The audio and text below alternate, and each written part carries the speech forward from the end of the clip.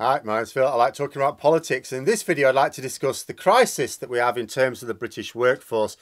The Conservatives are crowing about low unemployment, but this is to try and distract us from the fact that employment is also extremely low. Because it sounds odd to have both low unemployment and low employment, doesn't it? But first, if you'd like to be notified of daily news and politics, please subscribe to the channel and click the bell notification icon. So, rather good little meme, but it also speaks of the problems with just looking at employment or unemployment as if they're binary, as if they're purely inversely proportional. If you're working full-time hours or more, whether in one job or across several, but you're still not able to pay for the essentials, are you any better off than someone who is unemployed?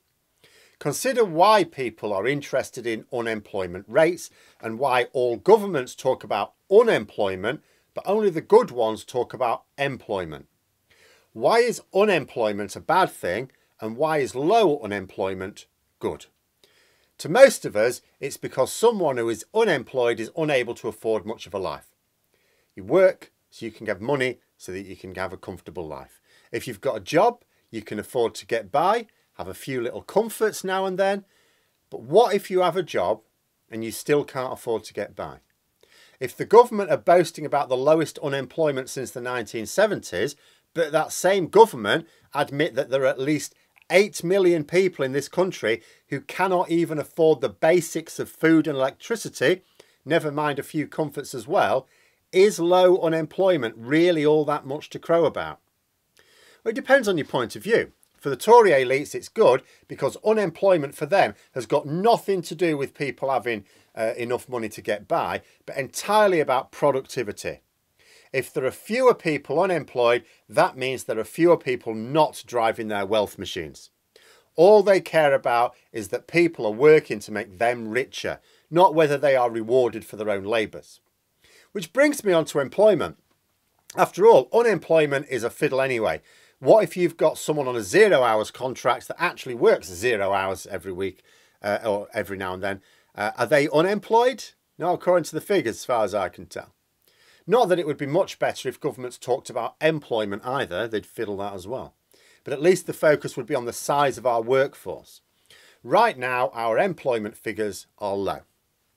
People may assume that if unemployment is low, that there are more people in work. But that's not true. So how do you have fewer people unemployed without more people in work? Well, mathematically, the obvious conclusion is you have a smaller workforce. And this should concern those rich Tories as well, because if there are fewer workers, they can't extract as much wealth out of the population. They actually can, but they'd have to extract more from each individual one remaining. And we've seen this effect in the cost of living crisis that the government have finally been forced to address. They're squeezing us too tightly. So what has caused this suddenly shrinking workforce? Well, you may think this is going to turn into a Brexit thing. And certainly cutting ourselves off from a massive labour market is absolutely part of it. But there's more as well. There's actually domestic issues here as well. The first is long COVID. I read a report recently noting that the Bank of England is worried about this. As a result of COVID, we have a lot of people too sick to work. Now, it might be temporary or it could be longer term, but it is resulting in a sudden drop in the number of workers available at any one time. It's also going to become a more serious problem in later years. Remember, we're not over COVID. Not now monkeypox, by the way. We're still not over COVID. The last plague's still here, and this winter we're going to have another surge again, aren't we? The second is related, and it's the waiting lists on the NHS. So as a result of the combination of long COVID and Brexit depriving us of NHS workers, as well as the underfunding of the NHS in 12 years of Tory rule, we simply can't get on top of providing the care needed. But a healthcare system is absolutely essential for keeping a workforce healthy. It's not just about morality, it's about practical need. So workers who need treatment, if they can't get it, they can't be back into productivity very quickly. They're less productive while they're waiting for their treatment. Perhaps completely unproductive, depends how seriously they're ill. This keeps people off work who are not themselves suffering from COVID effects. And if they don't get treatment in a timely manner, it might mean their productivity is impaired for the longer term as well. Third, we've got ageing professionals in well-paid jobs not being replaced by younger ones as they retire. Now, Brexit is partly responsible for this because, again, we've cut ourselves off from suitable workers throughout Europe. And we're talking about highly skilled people here whose incomes would result in a fair amount of taxation. You can't just get a less suitable but ultimately still good enough worker from Britain to do it. I think this is what politicians struggle with, because you don't need any demonstrable skills or talents to be a politician. It's nice if they have some. You don't actually need one. So, for example, if you're a Prime Minister and you need to appoint a new Minister for, say, Education, it'd be lovely to get a brilliant one. But if you don't have a brilliant one, you just get a rubbish one. You still fill the role. But it's not how it works in highly skilled jobs. You either have the skills or you don't. You can either do the job or you can't. And where skills are lacking, it's not just Brexit, it's our underfunding of education at play as well. It is a grim irony that the same Tory party that cut us off from a large market of skilled workers also cut back the funding for training for these same skills in the domestic workforce. So although the Conservatives talk about low unemployment, we also have low employment. That means we are less productive. We're making less money, paying fewer taxes. It also means if a particular business can't quite get enough staff, then the whole business can go under, meaning more people out of work and a lot fewer taxes being paid. And when you produce less, you need to either consume less or import more as a country. Right now, we are in the import more phase of this economic collapse. But that just means everything costs more money. But we're not making as much, so we can't afford it. So the government keep having to make emergency budgets of the sort announced this week to just about tide people over. It's all about squeezing us as much as they can, but every now and then they know they've just gone a bit too far. They just have to ease it off a little bit. That's what that budget announcement was last week. The government will keep telling us that our problems with inflation are caused by external factors, that it's a global problem. It's not. Yes, there are external factors, and a lot of countries are experiencing higher than normal inflation.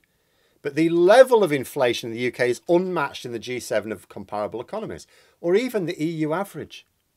Our growth is also really low when other G7 nations have recovered. And it will keep happening because a massive factor is internal, it's not external. I saw someone representing small businesses commenting on the support package announced by Rishi Sunak the other day. They asked when the government would announce a package for them. My response was that you need a coherent economic plan to deal with all the major issues that is based on a serious level of growth. That's what's needed. But there is no economic plan that can make serious growth its aim that also raises trade barriers with its closest and most important market. So we're going to continue to experience high inflation and low growth because we do not have the workforce to power the level of productivity that we'd previously been used to. And it's more difficult to sell to others the products and services we are producing. So the inevitable consequence is we have to lower our standard of living. And I'll try and make it really simple. See, let's look at inflation first. In order to reduce inflation, you need to do one of two things, or a combination of both. One, increase production. If you produce more, then the costs go down as you tilt the supply and demand balance more towards the supply heavy end. But we can't do that because we don't have the workforce. Second, you need to be able to pay lower prices for what others make and export to us. To do that, we need to reduce trade barriers. That means aligning with the EU and rejoining the customs union single market. Doesn't matter how much the petty gammons gnash their teeth, that is just a fact. Politically, neither of these things is likely to happen. So inflation is going to be a problem for the foreseeable future, above and beyond what the genuine global pressures inflict on us. That is why that senior economist a few weeks ago said that of our long-term inflation problems, 80% is going to be down to Brexit. So then there's growth. You can manage high inflation if you have the growth to match. So let's just power our growth. Great. So to increase growth, again, you have two things you can do. One, increase production. If you make more, you can sell more. But we don't have the workforce. Bugger. Second, keep a bigger share of the profits when you export your products. So export the same amount, but make sure you make more profit. That means not having to deal with expensive paperwork or your products suffering from import duties on the other end. But that means aligning with the EU and rejoining the customs union and single market. See what's going on here? Inflation will remain too high. Growth will remain too low because we do not have a government with a rational economic plan for this country, and they will never have a rational economic plan because they have prioritised an irrational political philosophy. But those are my thoughts. Let me know yours in the comments below. I hope you found the video interesting. If you did, please click the like button. Maybe even click on the join button if you're interested in memberships. And until next time, I'll see you later.